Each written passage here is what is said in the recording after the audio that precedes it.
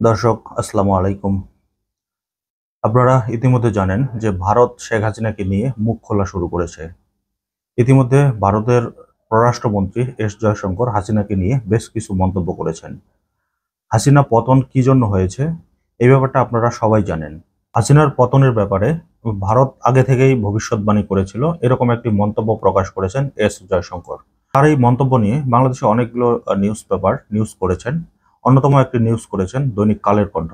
শিরোনামে বলা হয়েছে, ভারতের দেওয়া তথ্য শেখ হাসিনা উপেক্ষা করেছিল। শেখ হাসিনার যে পতন হবে এই ব্যাপারটা ভারত আগে থেকেই নাকি জানতে পেরেছিল, এবং ছাত্র জনতার অভ্যুত্থানে জয়শঙ্কর শেখ হাসিনাকে বলেছিল যে আপনি পদত্যাগ করেন, কিন্তু শেখ হাসিনা এই জয়শঙ্করের কথা অপেক্ষা করেছে এবং জয়শঙ্করের কথা শুনেননি। আপনারা ইতিমধ্যে জানেন যে হাসিনা এখন ভারতের গলার কাটা হয়ে গিয়েছে। ভারত সরকার চাপ পাচ্ছে না তাকে ফেলতে। তো খবরের বিস্তারিত যেটা বলা হয়েছে যে ভারতের পররাষ্ট্রমন্ত্রী এস জয়শঙ্কর বলেছেন, বাংলাদেশের বর্তমান সরকারের সাথে সম্পর্ক স্বাভাবিক করার চেষ্টা করছি, কিন্তু ওখানকার অভ্যন্তরীণ কারণে তা করা যাচ্ছে না। গতকাল ভারতের সংসদে পরামর্শ কমিটির বৈঠকে তিনি একথা বলেন। এই কমিটির সভায় জয়শঙ্করকে প্রশ্ন করা হয়েছিল, শেখ হাসিনা সরকারের বিরুদ্ধে যখন অসন্তোষ দানা বাঁধছিল, এটা কি ভারত সরকার জানতো না?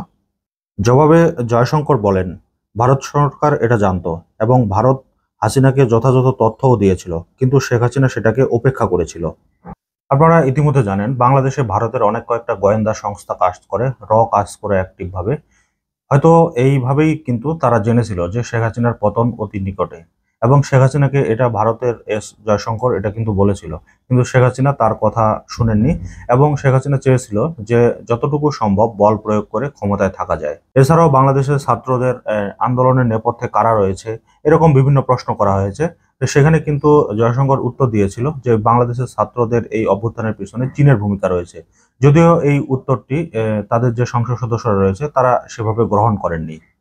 আপনারা জানেন যে শেখ হাসিনা বরাবরই একরোখা একজন মহিলা। তিনি ক্ষমতার জন্য এমন কিছু নাই যা করতে পারেন।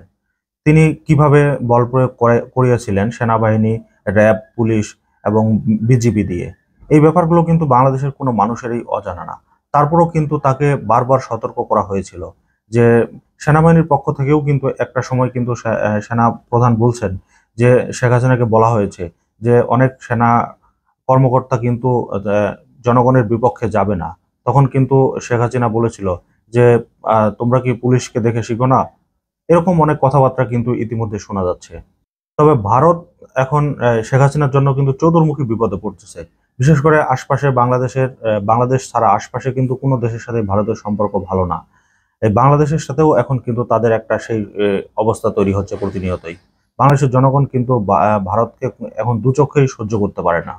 ভারত যদি এরকম মনোভাব তাদের থেকে থাকে তাহলে ভবিষ্যতে ভারতের সঙ্গে সম্পর্ক যে আরো খারাপ হবে এই ব্যাপারটা কিন্তু স্পষ্টই বোঝা যায়।